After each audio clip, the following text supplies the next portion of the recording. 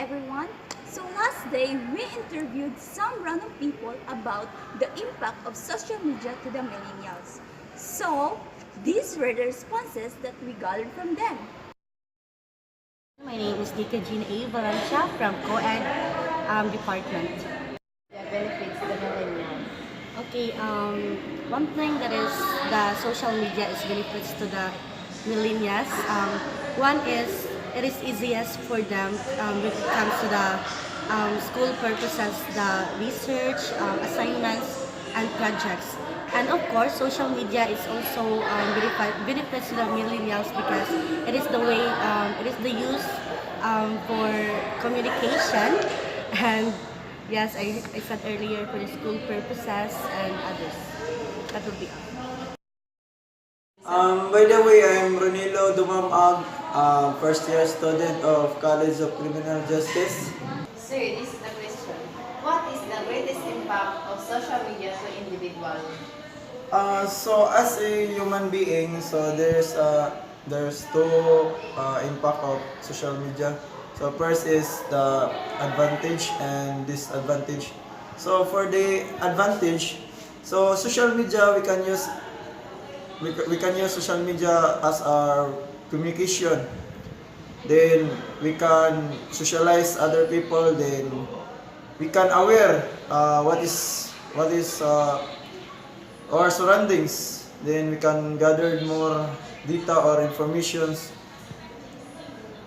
Then in talk about disadvantage, social media, the students can instead of studying or instead of doing her homework, they spend their time of nonsense, which is mas pinabigyan nila ng time yung social media na hindi naman relate dun sa pag-aral nila. How would you use social media for benefit or for common good for everyone? So for me, we can use the social media through communication by spreading good news and positive vibes, or be an influencer in an instance like setting a program for the awareness of everyone what and how social media affects the lifestyle or simply the lives of the millennials. How do you see social media as of today's generation? So social media's today's generation may brought positive and negative impact to the millennials. Then it depends on how the millennials use it, either in a good or in a bad way.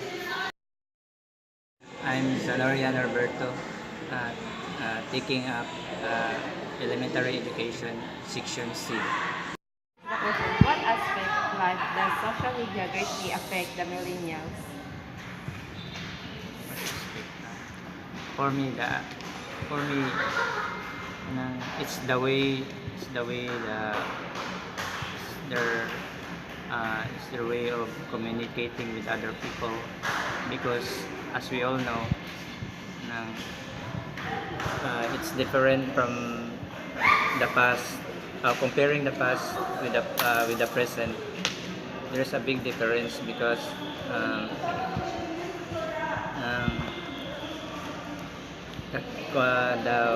the mode of communication now is very fast and convenient compared to many years back. So as to the question of what aspect, for me it's the aspect of kanang convenience, because kanang we can communicate more people now compared to many years back. Media becomes strict or the other way around? Why do you say so? For me, it depends on how you use the media, because in the first place, media was used for to interact with people, but there are some sad to say, there are some unscrupulous people who who use it for bad intention like the terrorists. So for me, it depends on how you use, whether you use it for good or for bad. That's all. The fact that every single time social media has a lot of innovation, the more high-tech it becomes as the time passes by. How would you handle these inevitable changes? How to handle. So for me, we cannot deny that uh, social media uh, is here. So what I can suggest is uh, we should adapt it with more open mind with a more open mindedness, so that with more open mindedness we can we can easily adapt these inevitable changes, because as the term suggests, inevitable. So we, we cannot change it, or uh, we cannot argue with it, because it will happen. So that's it. Hi, my name is Leandro James Gonzalez Ama. I'm studying BSED mapping with University of San Jose, Caletos. Have changed the life of millennials from where social media doesn't exist to present.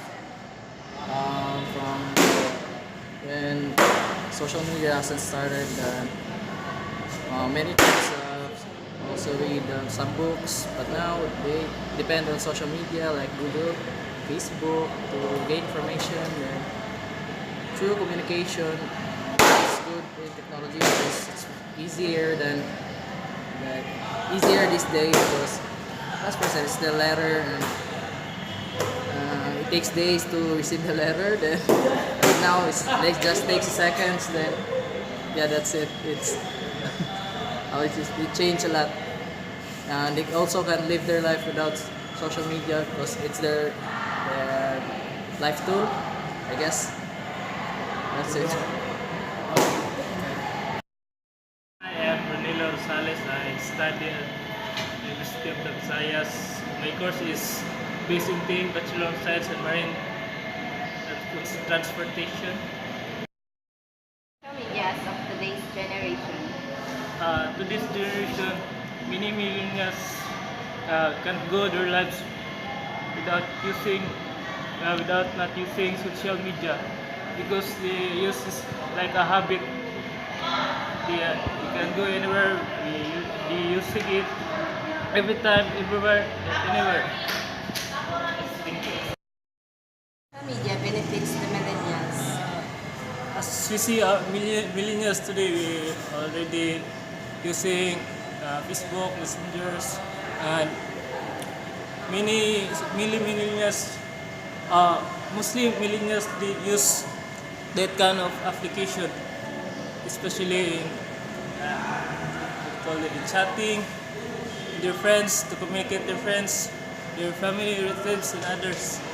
And social media also helps them to gather information. So, Adrian M. Bilaw, taking up the course Bachelor of Science in Criminology.